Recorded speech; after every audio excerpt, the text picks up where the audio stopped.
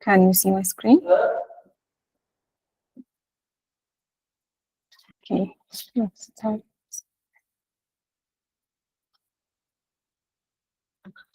Okay, so our today's session will be focused on data visualization and interpretation. So let's start from what data visualization is. So what's data visualization? Data visualization is the practice of transforming data into visual formats such as charts, graphs, and maps. Like we have been doing it since week 0 to perform our visualization. So data visualization is its purpose is to make data easier to understand and interpret, and also for us to analyze the data. Data visualization will make it easy for us to understand. So what's its purpose? It also means graphical representation of data. It helps to reveal patterns, trends, and also insights. It communicates complex information clearly. So why data visualization matters? So we need data visualization to improve our understanding. That means human brains process visuals faster than texts. So visuals help simply large and complex data sets to simplify and to make it easy for us to understand. The other thing is to support decision making. Well-designed charts helps individuals and organizations to spot opportunities, detect issues, and make better decisions. And the other thing is to identify patterns quickly. Visuals bring out correlations, clusters, anomalies, or trends that might be difficult to notice otherwise. So these are the very possible reasons why data visualizations matter to us. On types of data visualization. So we have basic charts like bar chart that compare quantities across categories. We have line charts that shows trend over time. We have pie chart that shows parts of a whole. And the other types of data visualizations are graphs or statistical visuals. We use scatter plot and histogram for statistical visuals. Scatter plots shows relationship between variables, while histogram shows frequency distribution. And we have also advanced data visualizations like heat maps that show intensity or density of values. We have tree maps that show hierarchical proportions, and also we have network graphs that show like connected relationships. I am audible, right? Okay. Then how do we choose these visualizations? What is the right visualization to choose by seeing our data? So we have to define, the first thing, we have to define our objective. That means what's our goal? Are we comparing the categories or showing changes over time? Or are we understanding the relationships? So we have to know first thing what we are doing, what's our goal through that data. So we have to define our objective. The next thing, we will match the chart data types. So what data type is better for our data? So if we need time series analysis, we need line charts. If we need category comparison, we will use bar charts. Also, if we want to use distributions, we use histograms. And for relationship, also we can use scatter plots. So we have to choose the right visualization when we need to visualize our data. The other thing is we have to consider our audience. We use visuals that match their familiarity level. So we need to know who our audiences are. So what do they understand? To use visuals that will be familiar with the level of their understanding. The other thing is we have to keep it clear. We have to avoid cluttering or unnecessary decorations that will minimize the clarity. We have to be focused on the clarity and the meaning of the data to show our audiences. How to interpret our data visualizations. The first thing is identity trends. What we interpret from our data is our data going up or down, or is it like steady?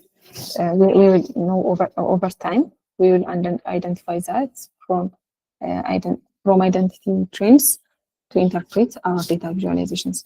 The other thing is the compare groups. So to check which categories are leading or which categories are lagging behind, or how large is the difference between the leading and the lagging categories. So we will see these things from our visualizations. So we will interpret it to that. The other thing is we can spot outliers, like we have seen from our last tasks. For outliers, we will use graphs. We will use charts. So the values that differ significantly from others that may signal important insights. So we will detect the outliers by using box plots like that. And the other thing is to understand scale and context. So we will always check the units, the time frames, the data sources. So we will interpret it through that way. So this way we can determine how accurate our interpretation is. The other thing we need to know about when working on data visualization is data ink. So what's data ink? Data ink is a proportion of visualizations ink or pixels that directly represent the actual data. In simple terms, what data ink is, the ink that cannot be removed without losing important information. So it's the minimum amount of visual information needed for the reader to understand the data, what data ink means. So data ink is that we can say that like that cannot be removed without losing important information. So that means we don't need more fancy and also decorative visualizations, and we need that are simple and point to the point visuals that can help us understand the data, and also to also considering our audiences to help them understand what this visualization or what this data means in to make their decisions. So data ink and data ink ratio. So data ink, as we said, it directly represents our data. For example, the bar in our bar chart, the line in our line graph, the points in our scatter plots, the labels needed to understand the values, we can say these are data ink. Non-data ink are decorative on unnecessary elements. For example, we can say that heavy grid lines, background colors, decorative elements. We can also say 3D effects that are unnecessary borders, like that are not more to the point to our data, that we use more for decorative things. So we have to decrease that and be focused on our data. And there might be some non-data inks that might be useful, like light grid lines to make our visualizations beautiful, but it doesn't have to be too much junk or that will distract our audiences. So we have to use it like slightly. And what's our goal is to maximize our data ink ratio to make it more to make us understand the data. So why do we use data ink? We use data ink to make charts to make the charts clean, readable, and clear, and to avoid misleading visualizations, and also to create professional and effective graphics and to understand the philosophy behind visualizations. So adding this concept to our visualizations will help us to make this um, to make the charts clean, to avoid misleading visualizations, to create professional and effective graphics, and also to understand the philosophy behind visualization. So we can see the example here. So before, or what we mean this is low data in. We have the graph on the right. So this is have more decorative and also too many colors in it. So it distracts our users. On the after, for the top 5 countries of population, we can see clearly who is leading, who is also on the who is lagging. So we can be focused more on the data.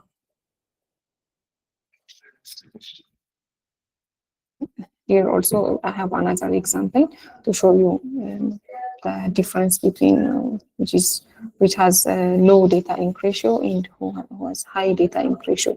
And on this one also we have too many grids and numbers everywhere. So we don't need these things. We need to make it clear and understandable for our audiences. So do you have any questions, or let's move to our demo?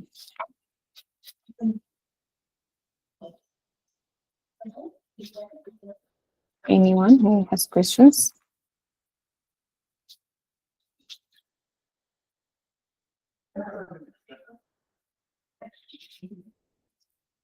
Okay, if not, let me show you that you are hearing me, right? Just show me thumbs up if you are.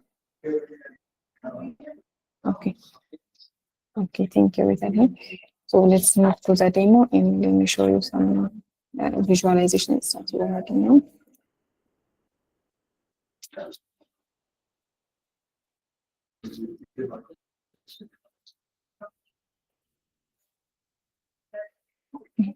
You can see my screen, right?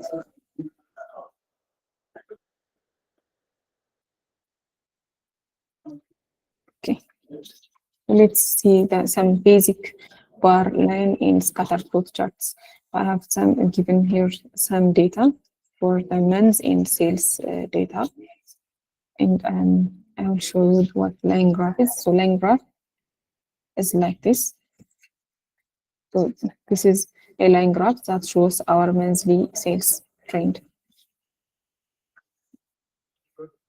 And here is a bar chart, which is more likely we use it for comparison and who is leading or who is lagging behind. We used this bar charts.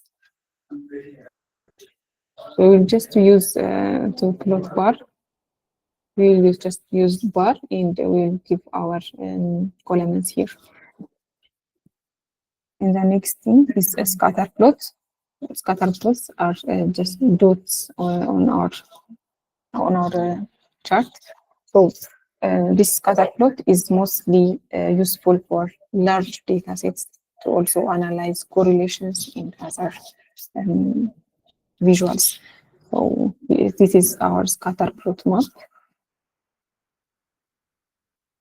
And we can see histograms like this. Histograms are like merged, we can say that they are merged bar charts.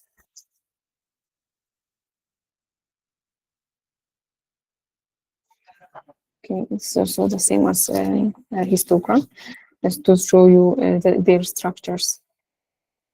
And as I have said before, we use correlations to check how two variables relate, or how to visually detect our their relationships. So here I have generated around 100 data, the correlated data, so we can check which ones are related. And as I have told you, for the data ink ratio, I have also used some not for data ink, but we have to make our charts visualizations clear, so they cannot give misunderstanding for our end user. So how charts can lie or y-axis manipulate matters, we will see it here. So I have generated one chart here. as you can see, this chart has a good structure, like it has correct axes. It started from 0, 5, then 10, then 15. So it has the same gaps with every data, and we can clearly see which one is that A has 20 and B has 25. So we don't be misled with this chart.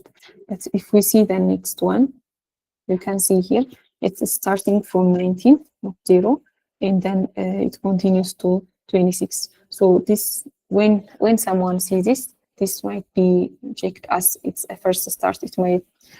It doesn't give a correct axis, so it will mislead the end user.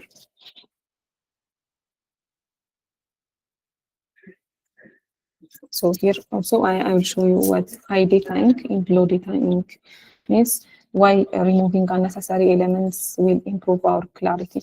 So here we have a good or high data ink. We have used here, it's clear and it shows what our purpose is. It will directly connect to our data and we can check what we need exactly. But for the next one, for low data ink or our bad structure, you see this, it has extra noise and it's also a bad chart because it uses too many axes and it's not a good strategy to follow for our visualizations. We have also subplots that we use to compare data, or how dashboards compare multiple variables. And to say for storytelling, we use these subplots. So we can plot two different charts in one visualization. So this is subplotting. So we can see here we have a line chart and also a bar chart.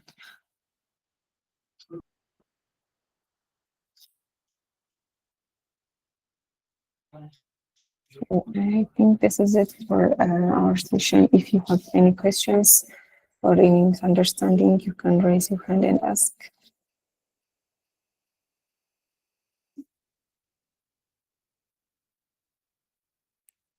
Is everything clear?